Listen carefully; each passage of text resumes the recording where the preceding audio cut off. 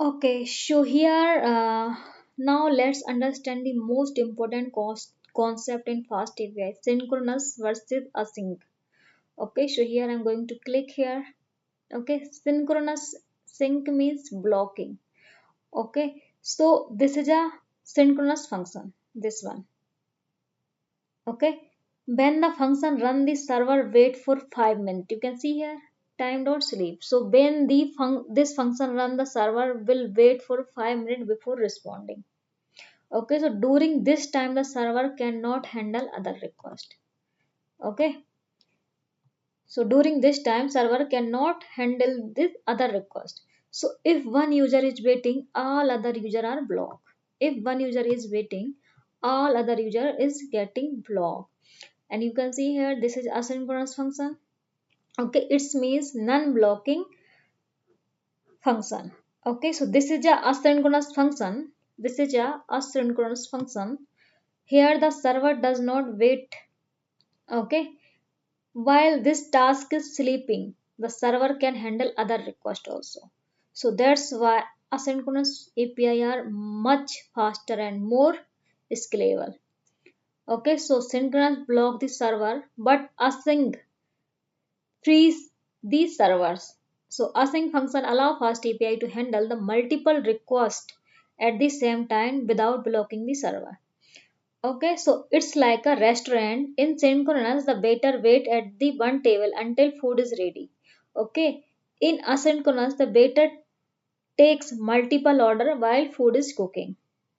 Okay, so that's why fast API use asynchronous by default for high performance application.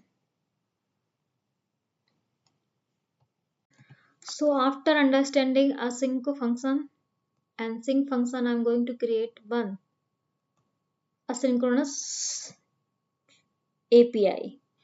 Okay, so here I'm going to import from FastAPI. From FastAPI, I'm going to import FastAPI. Okay, guys. So before writing anything, I need to create one virtual environment again because this is another new folder. Okay, so here in this folder, I'm going to create one virtual environment. Okay, otherwise I can't run this without installing. Okay, so it took time. Okay, now I am going to move here. I'm waiting for finishing it. Okay, so here I'm going to write code. Here I'm going to import what? I'm going to import async function. Okay, so this one. I'm going to import async queue. This one. Here in this file, I'm going to import async function. And here I'm going to create app equals to fast API instance.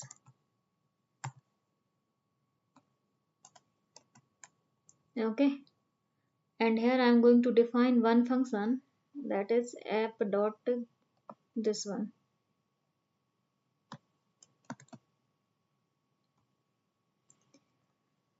So here I'm going to define this function app dot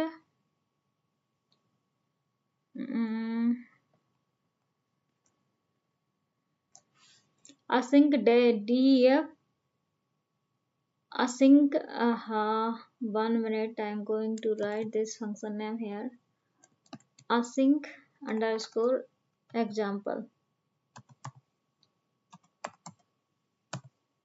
And here I need to create one decorator. As always, I have created this.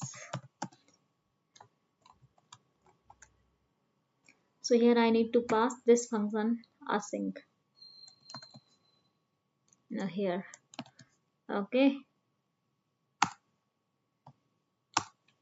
So this is our async def async example. This is the function name, and here I'm going to write a wait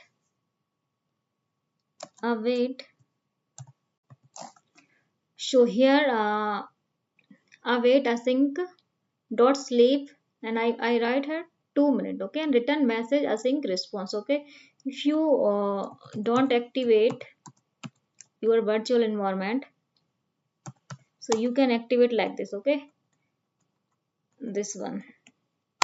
Now you can see I got my virtual environment here, and after this you need to install two things: pip install FastAPI, okay, and you need to install, I already installed this, okay, and you need to install this pip install uvcon, this.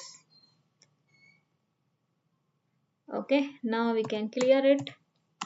Now I am going to run our file. Okay, our file name is app, this one, app, and app, this is this instance. Okay, so app colon app reload hyphen reload. So I'm going to open this. Here I'm use docs. Okay guys, so you can see here this is our first asynchronous API. So you can see here I got response, async response. Okay, so we are going to understand this. This is a async API endpoint in the fast API. This one. This is a async API endpoint in the fast API. The keyword async. This keyword async allow API endpoint. I mean this keyword async allow the server to handle multiple requests at the same time. Okay, it will handle multiple requests at the same time.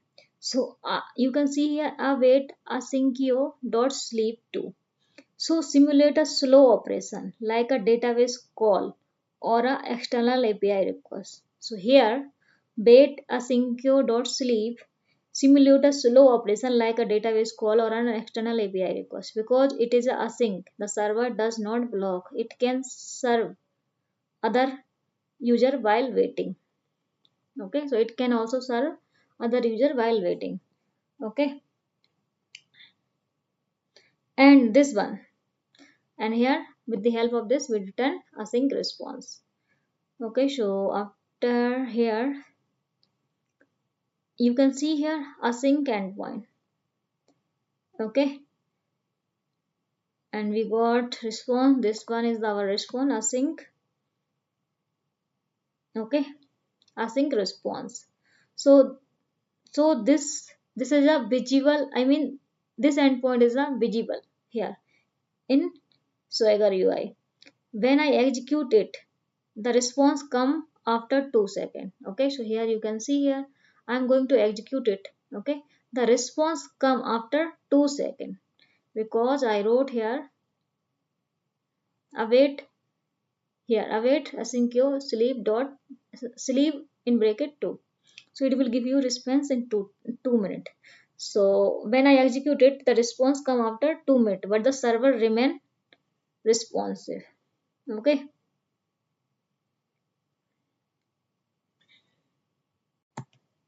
so till now we use asynchronous SQL alchemy for database operation.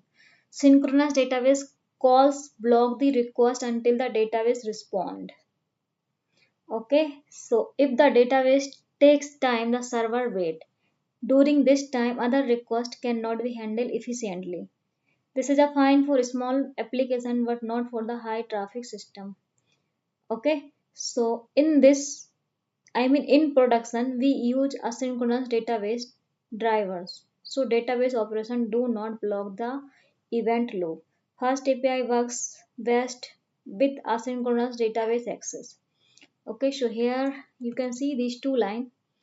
Okay, so first line, here you can see this line.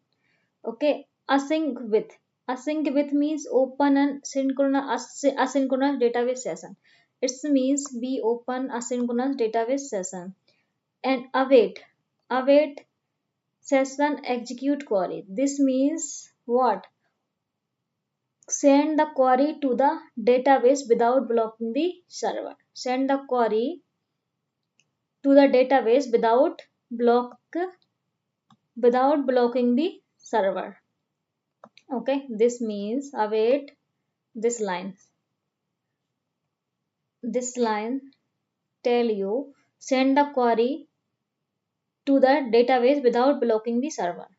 And async with means open and send asynchronous database session. Okay. So while the database is working, FastAPI can handle other incoming request. While the database is working, FastAPI can handle other incoming request. So this can be done using async SQL alchemy or the database library with async drivers like a async PG. Okay. And I am not implementing async database here, but I understand when and why it is used. Okay, so async database logic work internally. It does not change the API contract so in Swagger UI. It does not change the API contract so in the Swagger UI. Swagger UI will look same, backend performance improve. Okay, so async database improve the performance by pretending database calls from the blocking the fast API event loop. Now we are going to understand background task. Okay, so sometimes we need to do extra work like sending email or saving logs. But we don't want the user to wait for these tasks. So Fast API provide background task for this purpose. Okay. So here like send email, save logs and heavy processing. Okay. These tasks are important but they don't need to block the response. Okay. So here I'm going to write code, this code. Okay. From Fast API I'm going to import background task. So this function send email. Okay, this function send email simulates sending an email. Okay, it is used to simulate sending an email. And after this, here we inject background task into the API. This one. Here we inject background task. This background task in the API. We add the email function as a background task here. So background task dot add task send email and email. So here we add the email function. Okay, this send email function. So here we add this email function as a background task. This email function as a background tag. So this response is returned immediately. Okay, return message user created. So this response return immediately. So background task run after the response is sent. Okay, so background task, this background task run after response is sent. So the user does not have to wait. Background task run after the response is sent. So the user does not have to wait. Okay, so now I am going to run this. Okay, so here I'm going to clear this screen.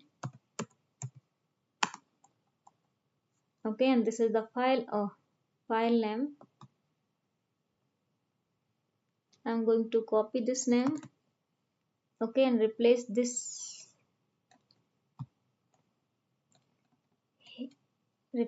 app with this name. Okay, because this is the file name. Okay, what is going to say that we don't have fast API instance here. Okay, so here we are going to create. Oh, we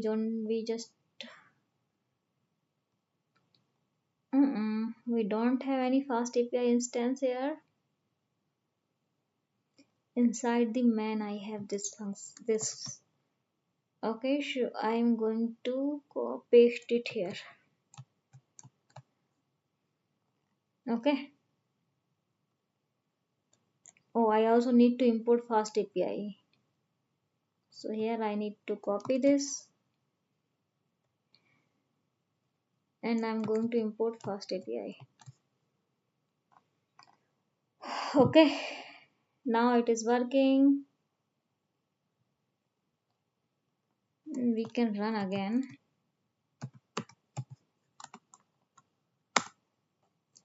Okay, I'm going to open this. Inside this, I'm going to write here docs, enter, and you can see I got my sign up API. Okay, so here I have this API, post API, and this is the path sign up. Okay, and this is I'm going to send background task. This is our background task. Email send. Now I'm going to click here. Okay, in sign up. Uh, in sign up. Okay, so sign up endpoint. I'm going to enter any email address. Okay, this is our. Oh, I'm going to click here. I'm going to enter test@gmail.com. Okay, I'm going to click here in execute button. Okay, should this confirm that the background task execute after the response? This confirm background task execute after the response. Okay, you will see here I got this email address. Okay, so this confirm that the background task execute after the response. Okay, so first I got response here. Okay, then we got in background. I need to clear this. I'm going to use other email address avc. Okay, so here. Okay, so this confirm background task execute after the response. So here you can see this is our response. Okay, here this is a sign up path, this one. Okay, here I pass email. So you can see I have email ID, this one.